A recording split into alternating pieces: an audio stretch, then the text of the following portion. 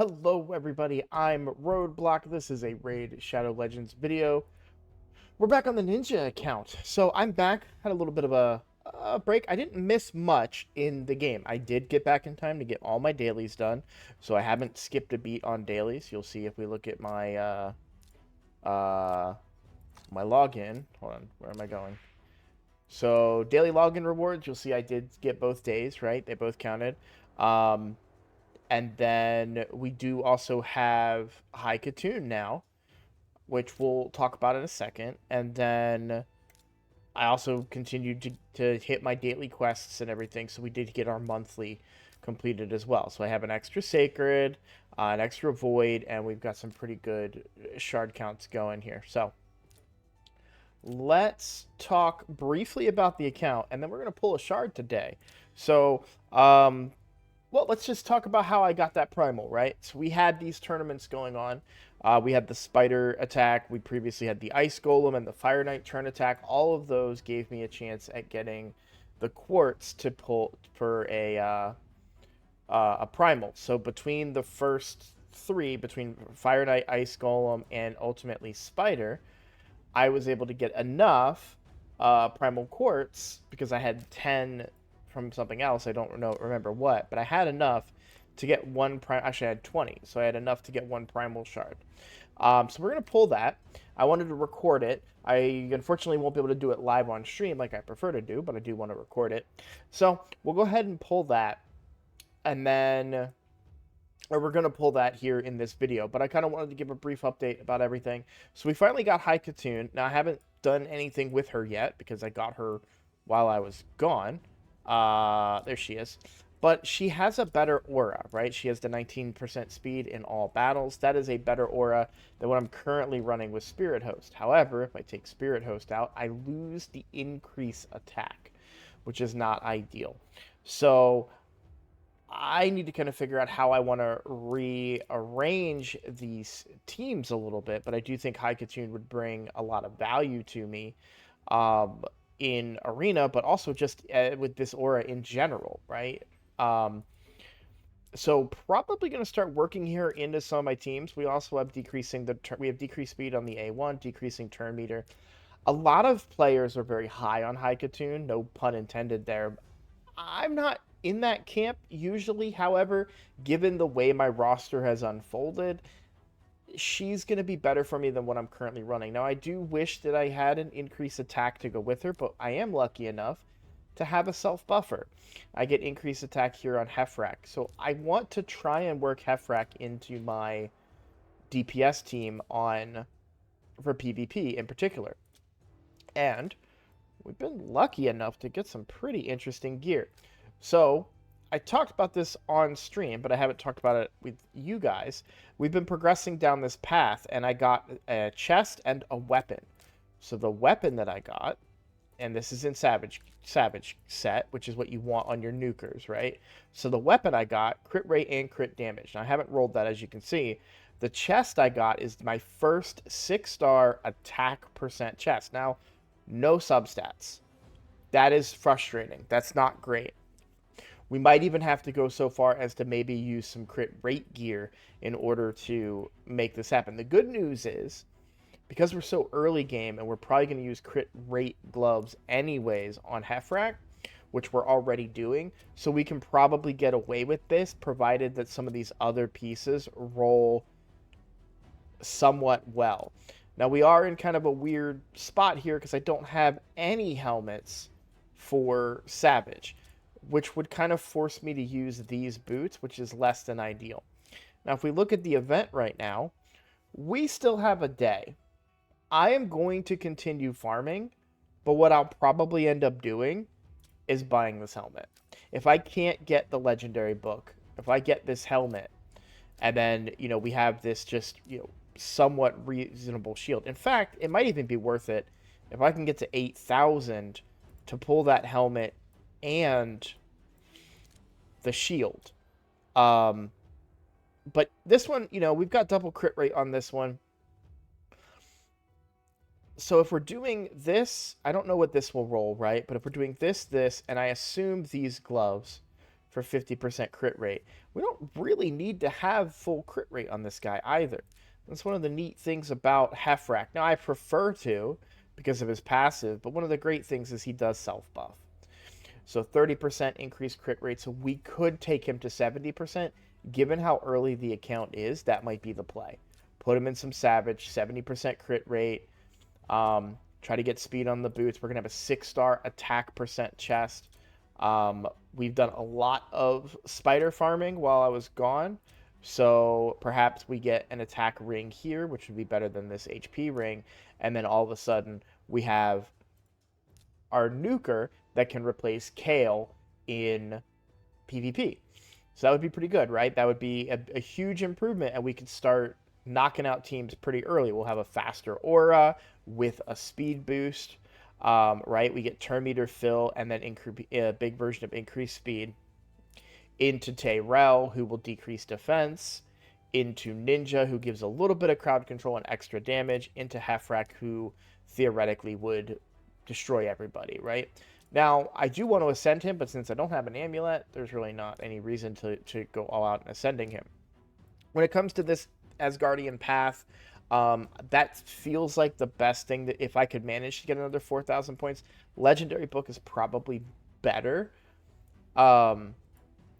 So I guess it depends on if I can get the Legendary Book or not in the remaining day that I have. So basically, the game is going to be running and using my energy whenever I can, wherever I can, while we do this. Now, when I'm playing the game, what I'll actively be doing is using the energy to level up Venomage. You'll see we've got 3 food, and then we have food number 4. I've said this in another video, and food number 5. So all we're doing now is leveling up 3 stars to become food for these 4 stars, and then we'll have all the food we need to get Venomage leveled up and built.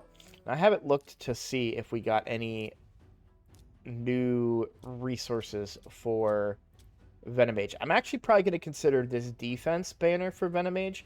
I'd like to get more survivability. Now, we do have this attack ring. It's better than the 3-star attack ring, so we're going to level that as well. But I think the defense banner will be better for the way that he's built, or she's built. But Venomage is doing damage from poisons, and so survivability will help. I'd like to, if possible, try and get lifesteal on them, but we'll see. And the other thing, we've pulled a lot of perception gear. I guess I can go to just new. I haven't really looked at this perception gear yet. Ooh, I like this. This will be really, really good on either of my current nukers. And I wonder, do either of these have really high crit rate?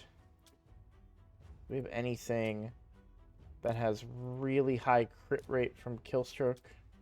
Just the crit rate gauntlets, yeah. I don't know that I'm prepared to get rid of those on Kale just yet, but I am excited about the fact of possibly putting Hefrak in 4-piece Savage. We might need to find boots with speed and really high crit rate,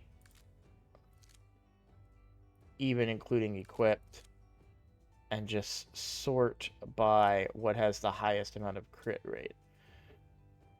9%. Yeah, I mean, if we're only going to 70 and we're starting with 50, we'll see how that weapon rolls, and we'll see what we get on the helm, right? We don't know what we might get on the helm, so we should hopefully be able to fit something in here. I do want to check and see if I have any crit rate gloves. Looks like they're all equipped at the moment, and nothing above a 5-star. So, yeah, these are going to be the best gloves that I could probably work with right now, but I do think we can get Hefrak in some Savage, and then get some attack on him. Unfortunately, no crit damage neck, and we're not ready to 6-star Hefrak anyways, but we should get him built better than, I mean, he should be able to be built better than Kale. I'd have to hope. Even at 6 stars, Hefrak can smack, and if, maybe get some masteries and see what we can do. But The priority is still clan boss, as it should be. My hope is to build Hefrak to be a legit nuker, where Kale is more of a clan boss killer. And that would also allow me to rebuild Kale to be a little more tanky as well. Perhaps maybe change into a defense percent or something along those lines, because I don't need. Well, I still need him to be my campaign farmer. So we probably don't mess with the Kale gear that much unless we get upgrades for these things, like better boots and better attack in lifesteal gear. So that's probably like the long term plan for Kale.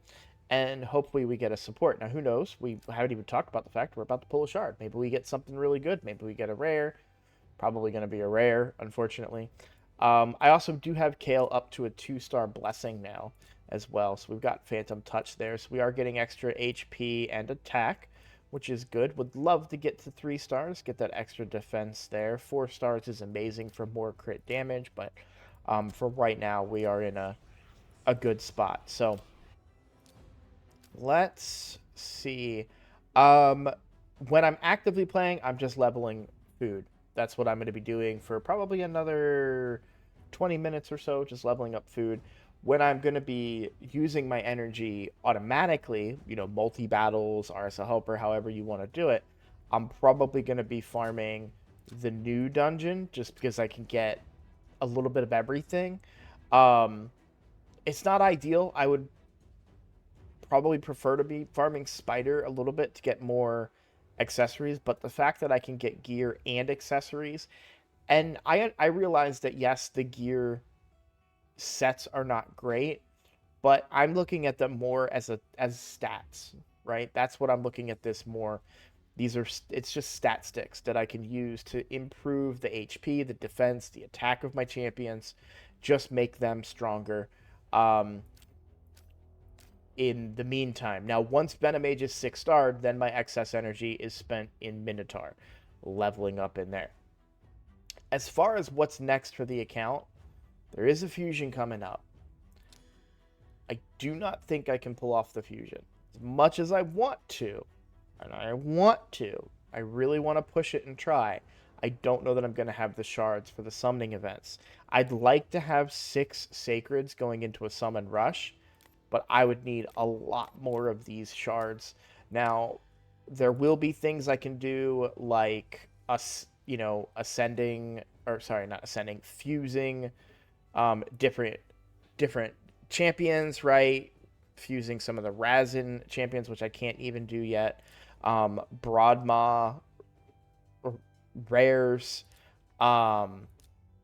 I think I'm so far away from potentially fusing even the Razin fusions that I think I just need to take a break and wait one more rotation, which will be good because it'll be a slightly easier one. This upcoming one is a hybrid fusion, I believe. I heard that. So you're going to be getting the fragments, fusing a rare out of the fragments, or an epic, sorry, fusing an epic out of those fragments, and then taking 4 of those epics and making the fusion champion.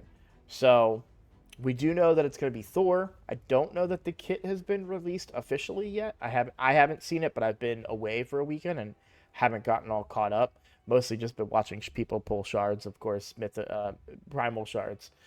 So yeah, I don't know that I don't think we'd be able, and I'm not going to try, but the next fusion, we might be competitive. And I'd really like to do a fusion very, very early in a free to play account to show you guys that it's possible. I played very passive and patient on my other account, and this one has been far more successful, which is crazy to say when you could consider the champions I pulled on my other free to play account. But this account, not only am I pulling really strong champions early, but I started with a ninja, and he just is so good everywhere. He really is. Multi-hitting, HP burn damage, freeze mechanics, good AoE hits, decreased defense on the A1. Like, we're getting a lot of what we want in a champion. Um, well, we're getting a lot of what we want on many different champions in one champion. It's like the total package, and it's really progressed this account, I feel, farther and faster than what I have done on other ones. Now, mind you, I'm also using resources a little bit differently. I'm using resources in a short-sighted way. So we've talked briefly about this, but I haven't been getting the fragments. I've been using the clan gold to get extra gear and resources. Same thing with like the bazaar. I haven't done that. Now, I do recommend you guys do that. I highly recommend that you use your resources uh, to get stuff, to get these fragments and everything to try and get a really good legendary for yourselves. But just based on the way that the account is going and the way that that I plan to use this account, it's a short-term account simply for like educational purposes. Um, so that's why it is. I am playing it a little bit differently than I've played other accounts in the past. So, okay, well, that's enough. Kind of rambling on and talking about the account and what we're gonna do. So let's do some stuff. Let's pull this Primal Shard. I'm very excited about this. My hopes are extremely low, but we get to pull something. Always fun. So without any further ado, here we go. Let's see what we get. An epic. Oh, Claude. That's interesting. Okay. Let's take a look. I use Claude in Faction Wars on my main account. He's only 50, but I've never really given his kit a hard look. So we have attacks one enemy, 30% chance of placing, decreased crit rate for 2 turns, HP based champion, interesting. A shield on all allies equal to 20% of this champion's max HP for 2 turns. Okay. Increase speed and increase accuracy buff on all allies for 2 turns. And for the passive, heal the ally with the lowest HP by 10% of their HP at the start of this champion's turn. This is honestly, a very interesting kit. If I can get a big enough shield, we're going to bring some speed and much needed increase accuracy buff. And decreased crit rate is... People sleep on decreased crit rate a little bit, because I think boss crit rate is like 15%. Getting a crit rate like this could essentially make it so a boss can never crit, which can make your runs last longer, potentially. I mean, it's, still rare that they do get that crit, but it's not terrible. HP-based champion, I mean, I'm not saying this is, like, as good as an ally protector or anything, but this is going to be a considerable shield. If we look at my current clan boss team,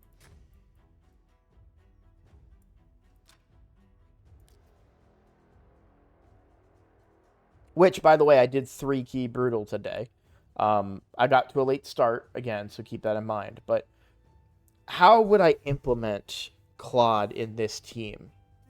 We don't necessarily need the speed aura, right, from Spirit Host, because he brings increased speed. So maybe it's just a 1-for-1 swap with Spirit Host, but he brings shield, a little bit of healing,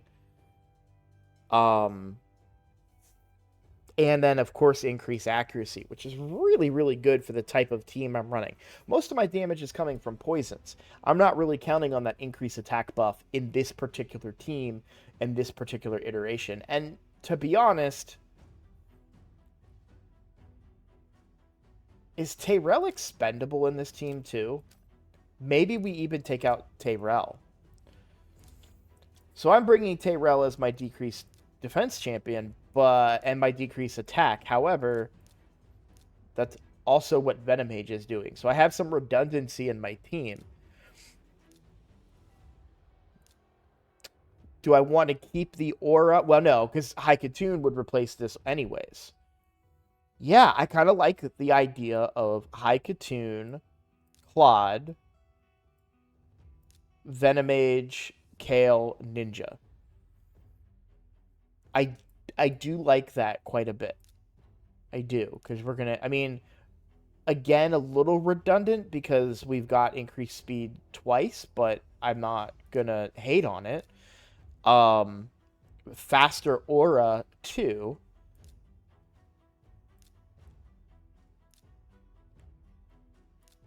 and then turn meter fill with high Khatun as well as more increased speed. Now we're talking a lot of epics here, not so many books here, right? So that's where things get a little bit trickier. Now Venom Age is fully booked up. Good news there. As far as Tyrell did not land books where I wanted. So if I can land all four books on Tyrell, then we can get this to 100% for PvP purposes. I actually did like a little for a mission, not a mission, but a Forge Pass challenge. I had to use a Force Affinity champion in my arena team, and I swapped the gear over from Tyrell onto War Maiden, and I felt like I did better because War Maiden is fully booked. Um, don't really know why I keep insisting on using. The problem is I want the gear on Tyrell because he's tankier, better survivability for clan boss. So it's like this double-edged sword where I am taking away from the arena team a little bit, but giving more to the clan boss team. However, with because I did go Venom Age, and now we have Claude and High Khatun, maybe Tyrell. No, I still really want Tyrell to be my decreased defense champion for PvP. I really do want that. So, um, I just don't know if, yeah, yeah, we'll finish booking him out. Hopefully, I get more epic books. I should get more epic books during the upcoming Clan v Clan as well, so that's gonna help me. But yeah, Claude's a nice pull. I'm not mad about it at all. I mean, I don't think it's something that's going to go crazy into the late game, but it can certainly be he can certainly be used for faction wars, and help me right now. That increased attack or increased accuracy is going to be a big deal when we're talking about, you know, champions that are currently don't have accuracy that need accuracy, right? So if we can get them some accuracy, that really could change the game quite a bit for me. So, oh, other news too, I did get crit damage amulet on Ninja. So Ninja is actually built pretty well. I'm still keeping the defense banner. I think I talked about that before.